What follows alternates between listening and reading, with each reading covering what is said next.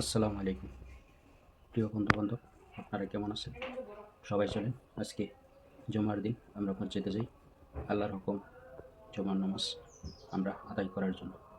ওমা তৌফিক ইল্লা বিল্লাহ। আল্লাহ যেন আমাদেরকে তৌফিক দান করে। সবাই চলেন আমরা মিলে মসজিদে যাই, আল্লাহর হুকুম আদায় করে আসি। আসসালামু আলাইকুম। আসসালামু আলাইকুম আমার সম্মানিত নাজরিন, সুপ্রিয় দর্শক মণ্ডলী, যে আজকে পবিত্র জুম্মার দিন। আর জুমার দিনে আমাদের ইসলামের ভিতরে অনেক গুরুত্ব দেওয়া হয়েছে। আর জুমার দিনে কিছু ছোট ছোট কাজ আছে, যে কাজগুলি আমাদেরকে করার জন্য আল্লাহর রসুল সাল্লাল্লাহু আলাইহি সাল্লাম নির্দেশ দিয়েছে। আর আল্লাহ তাআলা পবিত্র কোরআনে সূরা জুমা নাজিল করেছে। তার ভিতরে আল্লাহ তাআলা বহুত আদেশ ও নিষেধ আমাদেরকে করেছে, যে হে ঈমানদারেরা, তোমরা যদি আখিরাতের উপরে বিশ্বাস রাখো, তোমরা যদি জান্নাত জাহান্নামের উপরে বিশ্বাস রাখো, তাহলে জুম্মার দিনে আজানের আগে তোমাদের ব্যবসা বাণিজ্য বন্ধ করে মসজিদে চলে এসো। তে মসজিদে যদি আমরা আজানের আগে চলে যাই, তাহলে কী হবে?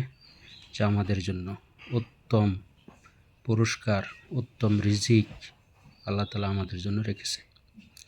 আর জুম্মার দিনে আমরা আরও অন্য কাজে ব্যস্ত হয়ে যাই।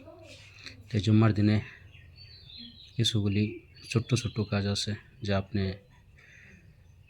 সকালে উঠলেন, ফজরের নামাজ জামাতে মসজিদে পড়লেন, তারপরে আপনার হাতের নখগুলি কাটলেন, মিসওয়াক করলেন, মুছগুলো ছোটো করলেন, গোঁফগুলো সাফা করলেন, আপনার পরিষ্কার পরিচ্ছন্নতা হয়ে সাদা কাপড় পরে আপনি যদি বাড়ির থেকে বাইর হয়ে যান, আর বাড়ির থেকে বের হয়ে যাওয়ার সময় যদি বলেন আসসালামু আলাইকুম, বিসমিল্লাহি তাওয়াক্কালতু আলাল্লাহ, লা হাওলা ওয়ালা কুওয়াতা ইল্লা বিল্লাহ, এটা পরে আপনি মনে মনে সুবহানাল্লাহ, আলহামদুলিল্লাহ, লা ইলাহা ইল্লাল্লাহ, আল্লাহু আকবার, সুবহানাল্লাহি ওয়া বিহামদিহি সুবহানাল্লাহিল আযীম, আর এই তাসবিহটা সুবহানাল্লাহি ওয়া বিহামদিহি সুবহানাল্লাহিল আযীম, এটা হাসরের মাঠে আপনার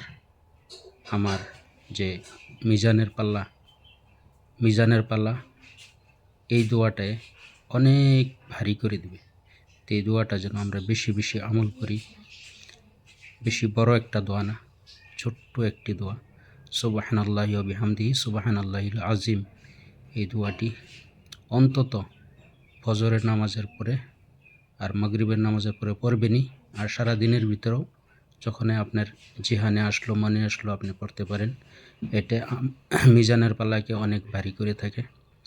আর জুমার দিনে যেন আজানের আগে আমরা সবাই মসজিদে চলে যাই। আর তার বিনিময়ে কিন্তু আল্লাহ তাআলা বহুত সওয়াব, বহুত পুরস্কার রেখেছে।